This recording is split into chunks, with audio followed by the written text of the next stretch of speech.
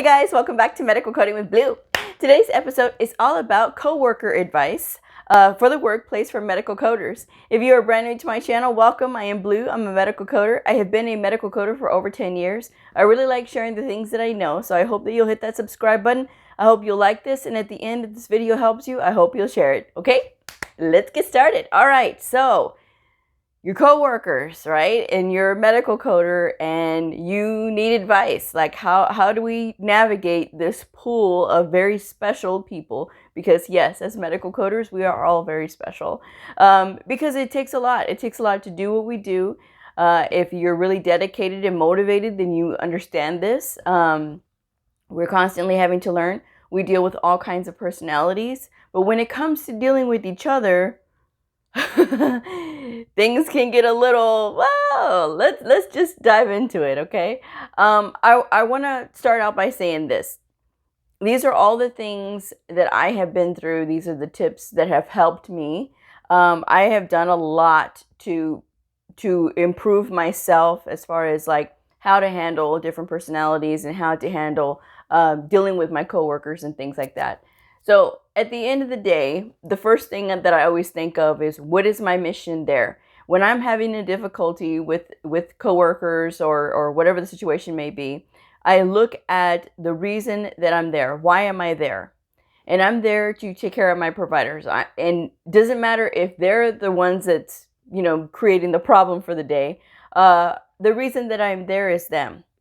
That's the bottom line. I am there for my providers because my providers take care of the patients. And the patients depend on the medical coder to have their back as well and make sure that their documentation is complete and is submitted correctly for the insurance purposes and really fully captures everything that's going on with them. Because if it so happens that this patient has to take their record to another place, this other place is going to look at all of the codes that were reported along with the documentation as well. So these are the things that I think of when I'm having a hard time with, like, perhaps a coworker or whatever. And the other thing that I think of is some of the things that I got taught in the Arbinger Institute.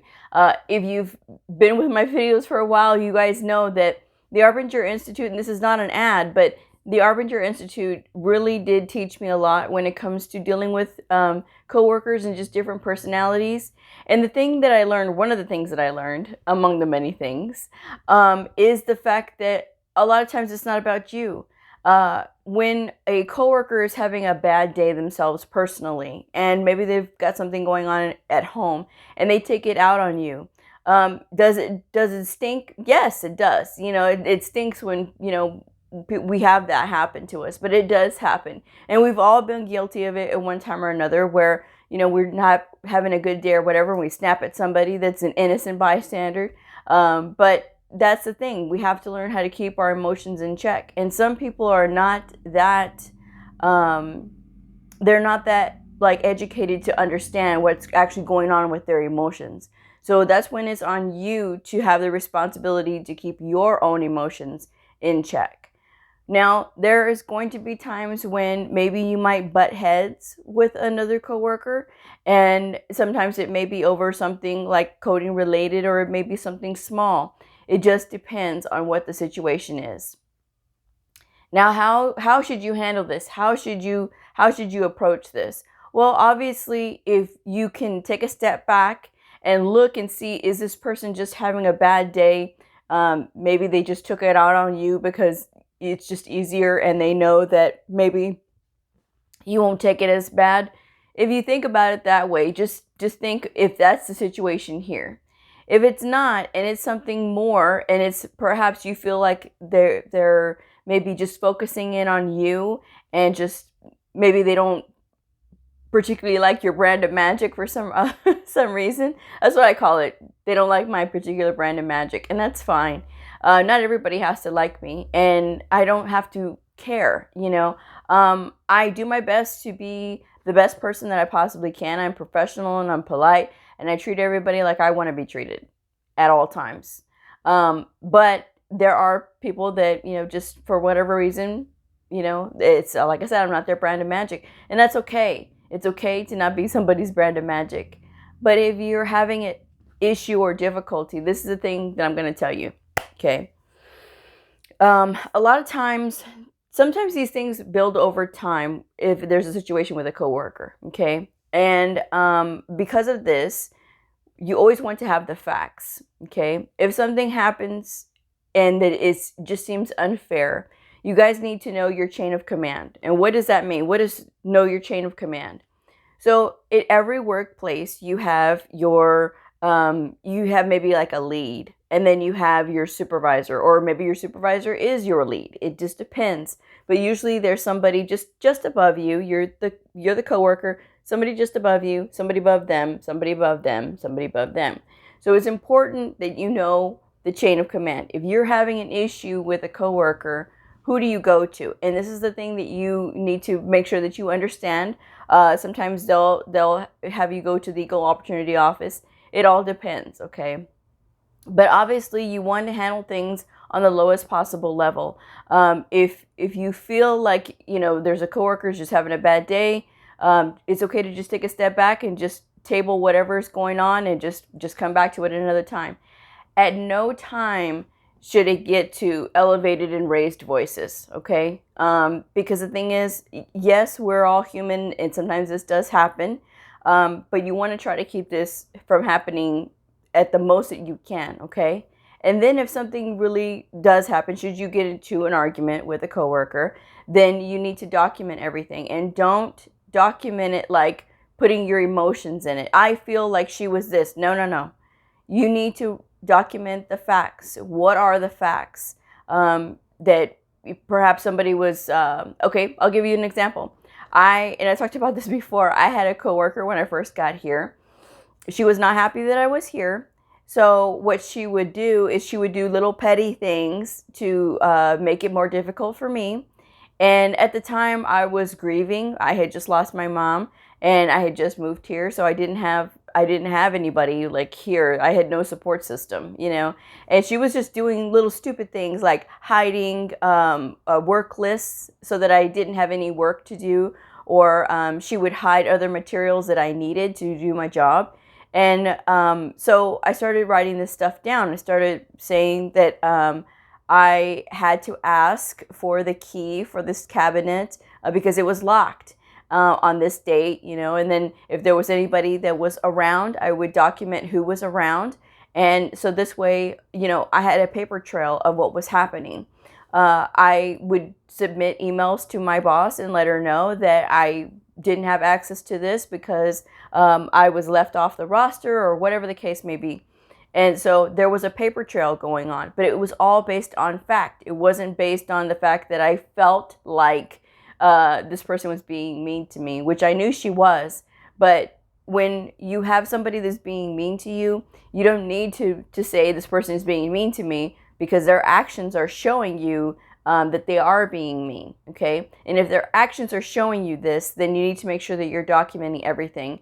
And again, try to keep from getting confrontational. You never, ever want to get confrontational in the workplace if you can avoid it.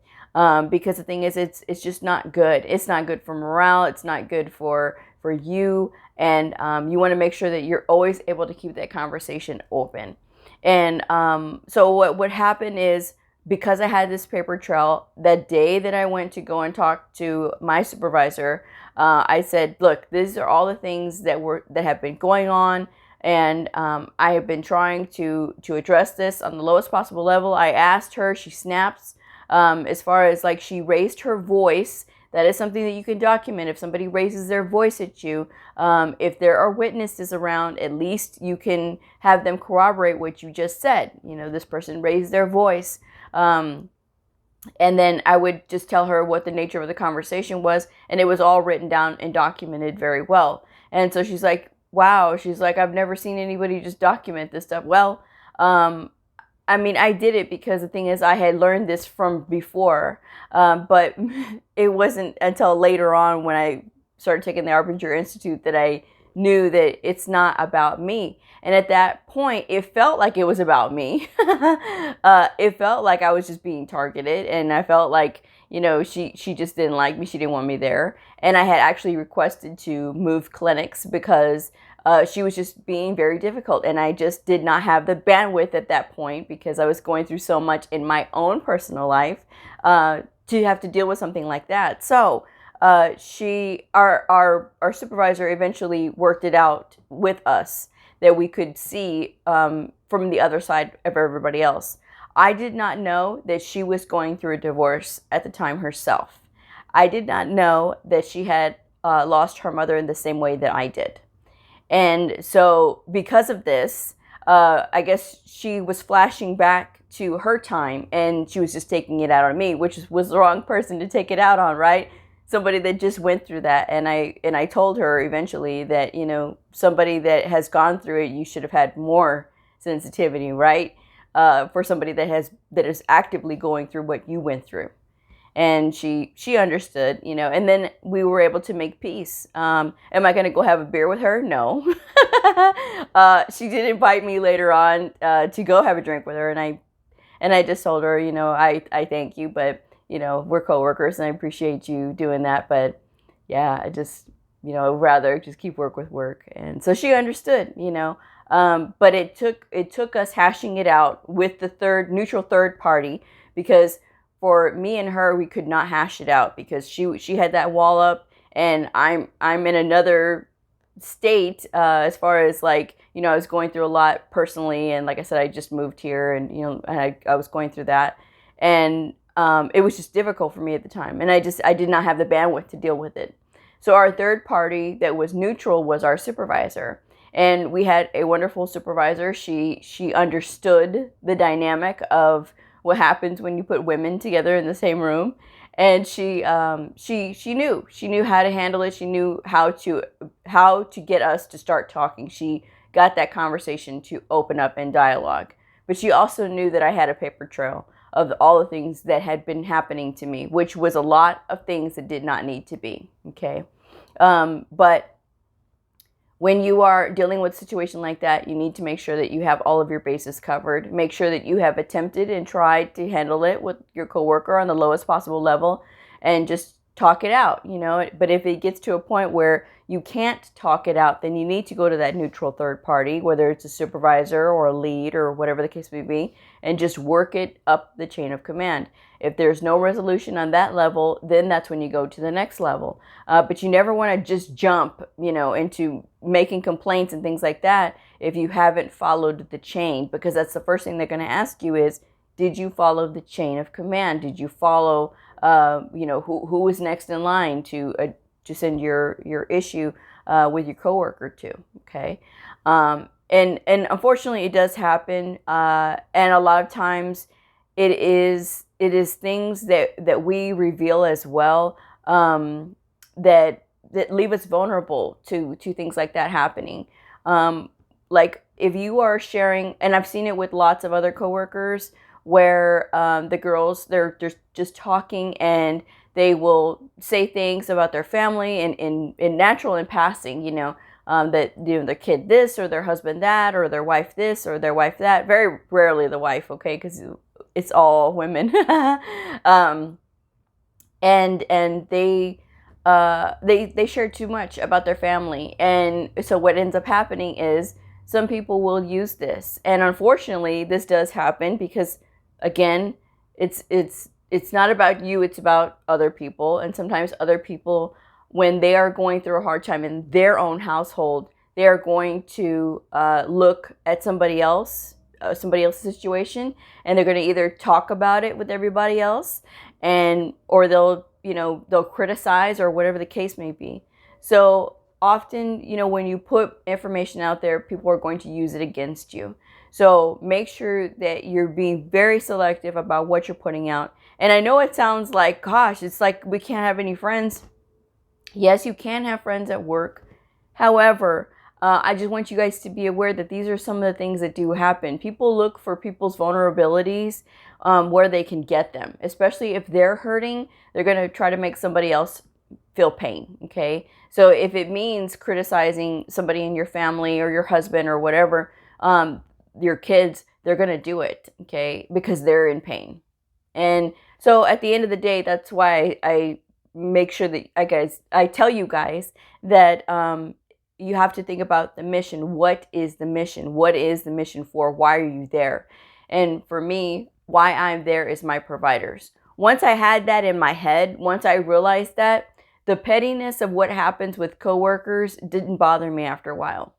Because it's like, okay, that's something that's going to happen. You're going to have coworkers that don't like you because you get dressed up, and there's going to be coworkers that don't particularly like you because you know more than them. And that's going to happen a lot, especially if you do know a lot more than they do.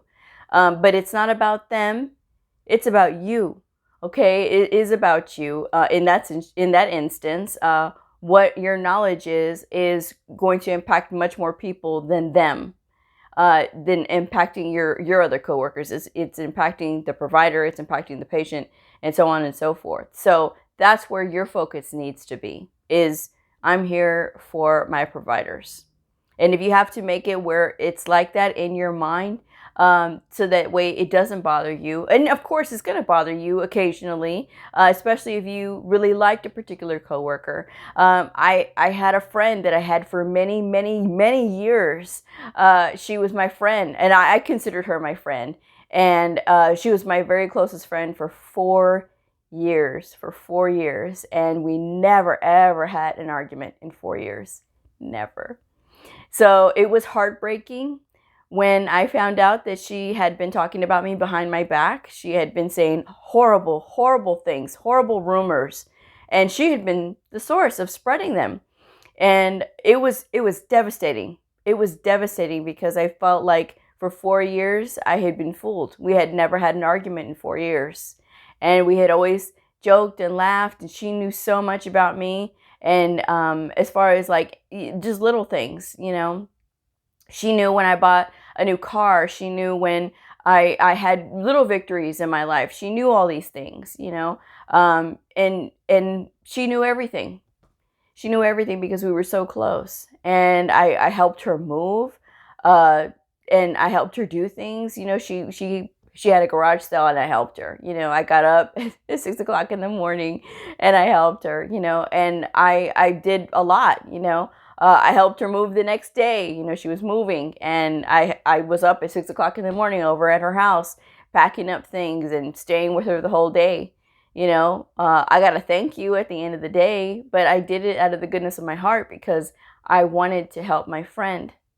And come to find out, my friend was not my friend. You know, I don't consider somebody like that my friend. You know, it didn't matter at that point what the reasoning was. There was no reason. This is a woman that has a beautiful family. She's got a loving and supportive boyfriend for many, many years, and she's got 2 beautiful children. You know, it's like, wow, you know, but she did it. It was hurtful. You know, it was very hurtful to me, and it's still something that I remember to this day, and you know, seeing her and dealing with her. It is all about work now. I can talk to her. Her dynamic with me is different for whatever reason. It is just different now, and it's okay. I can accept it. It was hurtful, but I've moved on from that because the thing is, it is about work. But ever since that, then it really did make me focus on the fact that sometimes people will get along with you, but do you really know that they're going to have your back? Do you really know if they're being sincere? You know, and it took really hearing it for myself to know that it was true that she had done that. And that was a hard pill to swallow, you know, and just sort of having to deal with that. And really, where do you take that to? You can't take it anywhere, because it's not work related. It is just a coworker who is just talking, you know, and that's all you can do. I did tell my boss, because it did come out that you know, we had gotten into it, and it was her yelling at me, and I walked away from her, you know, and I just said, okay, if that's what you think, you know. It was just odd. It was odd to go from being really close friends to being nothing, but you know, it happens, you know. So, you know, can't really do anything other than the fact that I learned. And did it make me a little bit more cautious about people? Yes, it did. But I don't take it where I'm not friendly with people. I'm friendly with people all the time. I mean, I respect everyone and I treat everyone equally, until I know that, either you don't like my particular brand of magic, then okay, we are all business. And then, there's people that, you're extra friendly with, and extra friendly being like, oh, you remember their birthdays and things like that. And that's what I mean by that. But other than that, I'm just going to keep being myself. And that's all you can do, is just be yourself. At the same time, make sure that you document everything and make sure that you leave emotion out of it as much as you possibly can. And especially when you deal with your coworkers, because it will keep your problems like that if you can minimize the amount of emotion that you have. And like I said, when you're documenting things, make sure that you stick to the facts, that you did not have the key because of this person. You did not have access because of this person. And just that way you have a trail of what happened, and you have a log of what was going on. Like I said, keep those emotional words out of it. Because even, like I said, I always go back to the law. What can you prove? What evidence do you have? Okay, save emails, especially if you feel like the source of the problem is in the email. And sometimes it's just a matter of clarifying what somebody is telling you in this email. So you can say, just to clarify, I understand you mean this. It is okay to ask for clarification, because sometimes when people say something and then you interpret it one way, and then if you don't have that communication of verifying, wait a second, do you mean this? Then they'll say, maybe, no, I meant it this way. And then you can be like, oh, okay.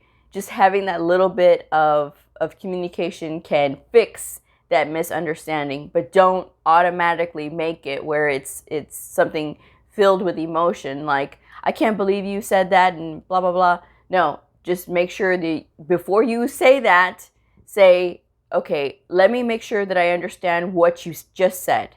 And then you can repeat it back, as far as like just clarifying that they said that. Because sometimes people don't always know how to put their words on paper. And sometimes people don't know how to put their words together even when they are speaking. So just make sure that you do clarify. Okay, so that's my advice for today. It is a complicated world sometimes to deal with coworkers. But just know that when you do your best and when you are being as professional as you possibly can, that is the best that you can do. Okay, and that there's going to be people that no matter what you do, they're not going to like you. Okay, unfortunately, not everybody gets along, and there's just different reasons why, and sometimes nobody knows why, and you don't always have to know. There's people that don't like me, and I don't have to know why they don't like me. I really don't care at that point. There's a meme that goes around that says, people don't have to like me, but I don't have to care. That is a thing, a thought process to have as well. Because if you get concerned that too many people don't like you or whatever, it can really mess with your ability to be able to do your job. And at the end of the day, your focus and your energy should be on assisting your providers. That's where you should focus your energy as a medical coder. Or if you are not a medical coder and you're still watching this, whatever your mission is at your job, at your work, focus on that, okay? Because it's going to make it a lot easier. All right, I'm going to wrap this one up.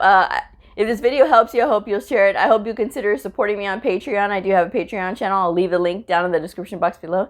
And I will go ahead and wrap this one up. So if you're a medical coder, a medical coding student, somebody curious about the fascinating world of medical coding, a provider or a nurse, I invite you to like and subscribe and follow me on my journey in medical coding.